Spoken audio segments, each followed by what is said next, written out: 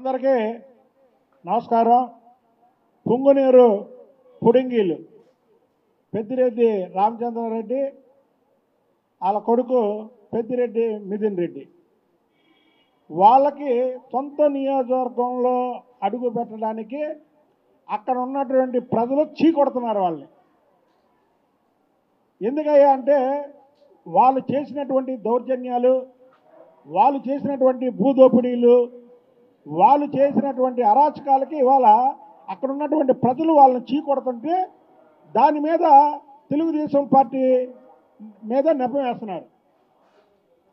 వీళ్ళు సొంత ఊళ్ళోనే ఏడవలేనటువంటి పెద్దిరెడ్డి మిథున్ రెడ్డి వీళ్ళు చంద్రబాబు నాయుడు గారిని కుప్పంలో ఓడిస్తానని పెద్దిరెడ్డి రామచంద్రారెడ్డి ఈ మిథున్ రెడ్డి బాబు ఏమో అక్కడ కూర్చున్నాడు. పిఠాపురంలో పవన్ కళ్యాణ్ గారిని ఓడిస్తానని ఈ మిథున్ రెడ్డి పిఠాపురంలో కూర్చున్నాడు. పెద్దిరెడ్డి మిథున్ రెడ్డి మీకు ఒకటే చెప్తున్నా, చంద్రబాబు గారు రాష్ట్రం మొత్తం ఎన్నికలు ఒకలాగే చూశాడు. ఆయన కళ్ళుగానే పులివెందల మీద పుంగునూరు మీద పడితే 9 సీట్లు వచ్చాయి మీకు, అంటే ఈ 2 సీట్లు కూడా లేచిపోయాయి. చంద్రబాబు గారి శక్తి అలాంటిది. మీరు చంద్రబాబు నాయుడు గారు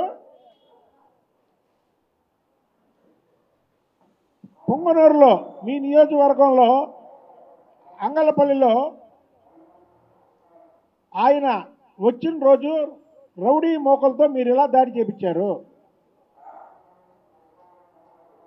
కిరాయి గుండాలతో ఎలా రాలిసిరిచ్చారు, దమ్ముగా ధైర్యంగా మీరు వయసు గురించి మాట్లాడతారు కదా, దమ్ముగా ధైర్యంగా దాన్ని ఎదుర్కొన్న వ్యక్తి చంద్రబాబు నాయుడు గారు. ఎదుర్కోవడమే కాదు, మీ ప్రతిపక్షంలో ఉన్న అధికారంలో ఉన్న ఒకటే, మేము ప్రజల కోసం పోరాడతాం కాబట్టి మాకు దమ్ము ఉంది. నీలాగెళ్ళి ఇంట్లో దక్కోలా, మీరు దొంగతనాలు చేశారు, దోపిడీలు చేశారు, ప్రజల ఆస్తులుగా చేశారు కాబట్టి మీకు భయం ఉంటుంది. భయం ఉంది కాబట్టి రెడ్డప్ప ఇంట్లో దక్కున్నావు, నువ్వు ప్రజల ఆగ్రహానికి గురయ్యావు. ఏవో రెడ్డప్ప నువ్వేంటి అంటావు? మేము తెలుసుకుంటే చంద్రబాబు గారు ఉండలేడు. ఏంటి తెలుసుకునేది? 5 ఏళ్ళు తెలుసుకున్నారు కదా.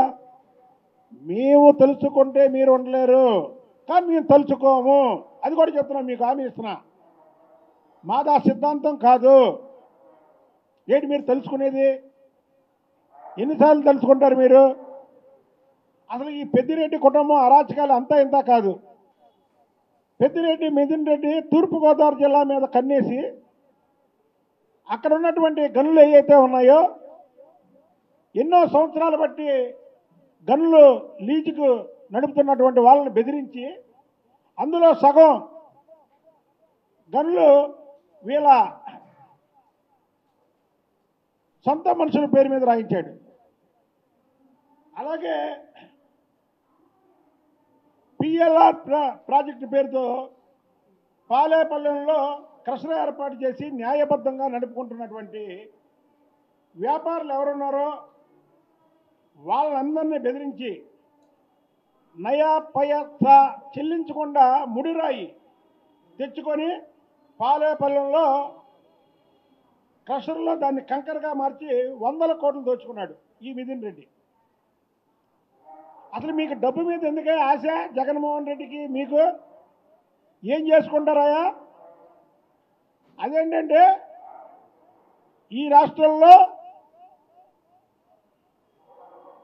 మేము ఏ వ్యాపారాలు చేయట్లేదని పెద్దిరెడ్డి అంటాడు. అసలు జగన్మోహన్ రెడ్డికి వ్యవస్థల గురించి తెలియని ముఖ్యమంత్రి ఎవరైనా పనిచేశాడంటే ఈ రాష్ట్రంలో జగన్మోహన్ రెడ్డి. ఎందుకు అలా చెప్తున్నానంటే పెద్దిరెడ్డికి గన్నులు ఉన్నాయి, దానికి సంబంధించినటువంటి శాఖను పెద్దిరెడ్డికి అప్పచెప్పాడు. దొంగ చేతికి తాళాలు ఇచ్చాడు జగన్మోహన్ రెడ్డి. ఎక్కడన్నా సరే భారతదేశంలో ఒక బ్యాంకులో డైరెక్టర్ అవ్వాలంటే ఆ బ్యాంకులో అతని పేరు మీద కానీ అతని ఇంట్లో వాళ్ళ పేరు మీద కానీ అప్పు ఉండకూడదు. ఒక దేవాదాయ శాఖలో ట్రస్ట్ బోర్డు మెంబర్గా ఉండాలంటే దాంట్లో వ్యాపారాలు కానీ అక్కడ కాంట్రాక్టులు కానీ ఉండకూడదు. ఈ చిన్న విషయం, నాకు తెలిసినటువంటి విషయం కూడా జగన్మోహన్ రెడ్డికి తెలియదు. ఏ గనులైతే దోపిడీ చేసి వేల కోట్లు సంపాదించాడో పెద్దిరెడ్డి, అదే గనుల శాఖకి మంత్రిని చేశాడయా. అంటే దొంగ చేతికి తాళం ఇచ్చాడు, ఎంతన్నా తిను అని. ఇవాళ డబ్బు మదంతో చంద్రబాబు నాయుడు గారు ఆ నియోజకవర్గంలో అడుగు పెడితే చంద్రబాబు నాయుడు గారు నియోజకవర్గంలో అడుగు పెట్టకూడదు. కిరాయి రేవులతో దాడి చేపిస్తే చంద్రబాబు గారు దాన్ని ఎదుర్కొన్నారు. ఇవాళ నీ మీద నిన్ను తరిమి కొట్టింది ఎవరు? నువ్వు తెలుగుదేశం పార్టీ వాళ్ళు అంటున్నావు. కాదు, అక్కడ ఉన్నటువంటి ప్రజలు. మీ అరాచకాలు, లక్షల మంది బతికే ధనంతో మీ కుటుంబం బతుకుతుంది.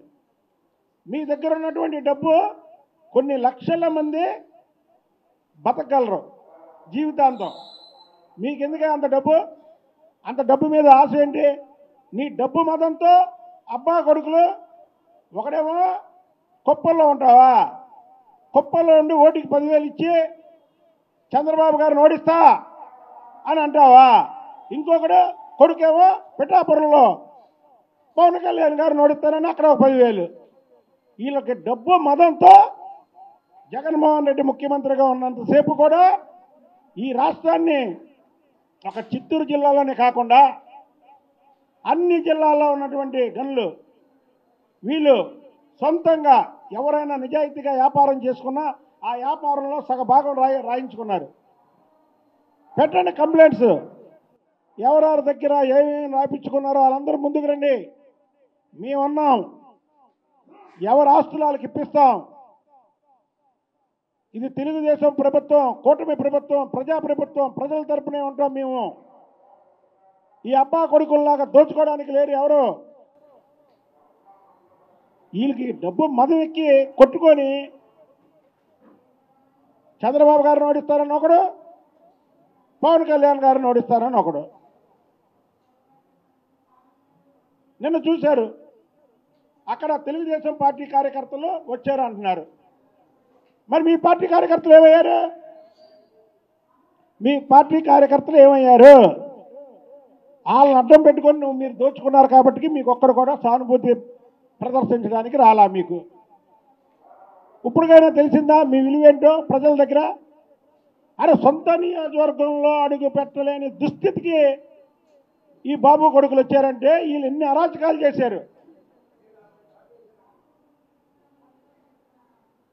అరే, రాష్ట్రం మొత్తం కూడా దోచుకొని తిన్నది కాక మళ్ళీ మీరు చంద్రబాబు గారి గురించి మాట్లాడతాడా? రెడ్డప్ప మాజీ ఎంపీ, మేము తెలుసుకుంటే చంద్రబాబు గారు ఉండలేడు.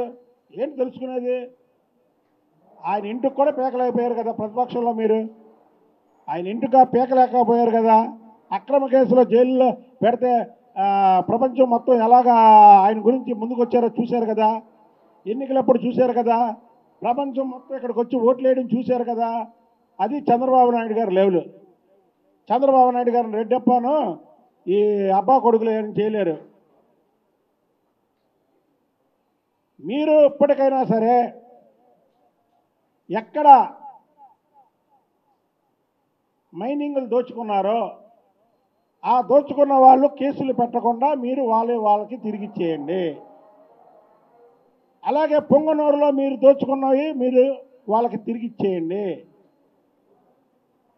తంబళ్ళపల్లిలో మీరు అక్రమంగా తీసుకున్నటువంటి ఏ అయితే మైనింగ్స్ ఉన్నాయో, ఏ అయితే మీరు కంకరగా తయారు చేసి 100 కోట్లు సంపాదిస్తున్నారో అవి ప్రజాపరం చేయండి.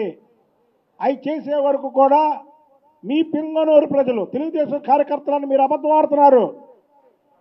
మీ పొంగనూరు ప్రజలు మిమ్మల్ని క్షమించరు, మిమ్మల్ని అడుగు పెట్టనవరు. మీకు ఇది లాస్ట్ టైం ఎన్నికలు. మీ దోపిడీ చాలిక 100 తరాలు 1000 తరాలు తిన్న తరగని ఆస్తి సంపాదించారు ఈ పెద్దిరెడ్డి కుటుంబం. ఎందుకే మీకు అంత సంపద? పేదవాడిలాగా ఉండాలా? మీరు మాత్రం 1000 సంవత్సరాలు అంటే వెయ్యి జన్మల్లో అంటే వాళ్ళకు వారసులు 1000 తరాలు తిన్న తరగని ఆస్తి సంపాదించారు ఇవాళ. కాబట్టికి నిన్న జరిగినటువంటి ఏదైతే అది పొంగనూరు ప్రజలు మిథున్ రెడ్డిని అడుగు పెట్టనట్లేదంటే సిగ్గుచేటు. ఇక నువ్వు పదవిలోనా వేస్ట్. నువ్వు నీ తండ్రి వెంటనే రాజీనామాలు చేసుకోండి, ప్రజలకు క్షమాపణలు చెప్పండి, ప్రజల దగ్గర దోచుకున్నటువంటి ఆస్తులు వాళ్ళకి ఇచ్చేయండి. ఏ అయితే మైనింగ్లో సగభాగం మీరు రాసుకున్నారో ఆ సగభాగాల్లో అవన్నీ కూడా ఇచ్చేయండి. అప్పుడు మిమ్మల్ని ప్రజలు క్షమిస్తారు. అంతేగాని ప్రజా ఆగ్రహానికి గురయ్యి తెలుగుదేశం పార్టీ దాడి చేపించింది, చంద్రబాబు నాయుడు గారు దాడి చేపించారు, చంద్రబాబు నాయుడు గారు దాడి చేపిస్తే మీరు ఉంటారా? చంద్రబాబు నాయుడు గారు దాడి చేపిస్తే మనస్తత్వం రాష్ట్ర ప్రజలందరికీ తెలిసే, తెలుగు ప్రజలందరికీ తెలిసే చంద్రబాబు గారి మీద నెపం వేస్తారేంటి? మాట వస్తే లోకేష్ గారు రెడ్ బుక్, లోకేష్ గారు రెడ్ బుక్ లేదు నాన్న, లోకేష్ గారు రెడ్ బుక్ పక్కన పెట్టేశాడు. ఎందుకంటే పాప ఆయన కూడా సరేలే, ఎందుకని ఎవరిని దాడులు చేయమని ఎవరికి చెప్పట్లా. కానీ మీరేంటి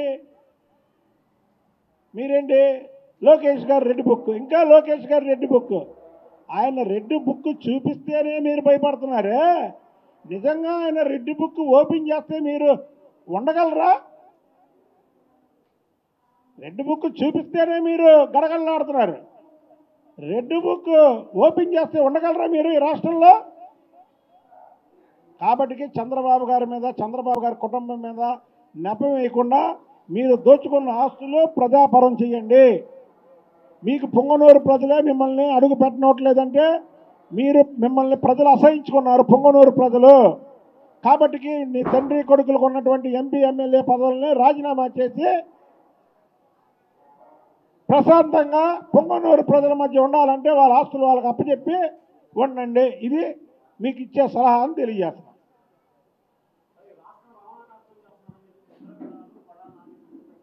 ఎప్పుడు ఇచ్చారమ్మా? ఎప్పుడు? ముద్రగడ పద్మనాభరెడ్డి. ముద్రగడ పద్మనాభరెడ్డి మాటలకి విలువ ఉందా? విలువ లేని మాటలు. కొడాలి నాని ఏం మాట్లాడాడో, ఎన్ని బూతులు మాట్లాడాడో, చంద్రబాబు గారిని ఏం మాట్లాడాడో తెలుసు కదా. కొడాలి నాని గారు ఒక వెధవ. వాడు అధికారంలో ఉండగా సినిమా థియేటరు, శరత్ థియేటరు ఆక్రమించాడు. ఇవాళ తెలుగుదేశం పార్టీ ప్రభుత్వం వచ్చిన తర్వాత అక్కడ ఉన్నటువంటి వెనుగెళ్ళ రాము నిజాయితీగా ఎవరైతే పార్ట్నర్లు ఉన్నారో వాళ్ళకి అప్పచెప్పాడు. అది రావణ కష్టమా? అది రావణ కష్టమా? అంటే ఎవరి ఆస్తులు వాళ్ళకి ఇప్పుడు మిథున్ రెడ్డిని, పెద్దిరెడ్డిని ఎవరి ఆస్తులు వాళ్ళకి అప్పచెప్పమన్నానా, లేకపోతే నాకు అప్పచెప్పమన్నానా?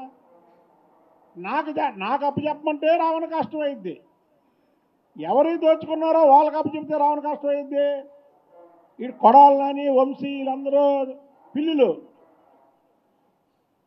పులి వేషం కట్టుకొని జగన్మోహన్ రెడ్డిని కూడా మోసం చేశారు వీళ్ళు. పులి వేషం కట్టుకొని మేము పుల్లు అని జగన్మోహన్ రెడ్డిని కూడా మోసం చేస్తే జగన్మోహన్ రెడ్డి నిజమే నమ్మించాడు వీళ్ళు పుల్లు అనుకొని. తెలుగుదేశం ప్రభుత్వం వచ్చాక పారిపోయారు చూసారా ఈ పిల్లులు. కొడాలని రావణ కష్టంగా మారితే నీ నెత్తి మీద పెట్రోల్ బస్సు తగలబెట్టేవాళ్ళు తెలుగుదేశం కార్యకర్తలు. కానీ మేము ఆ పని చేయట్లేదంటే ఏంటి?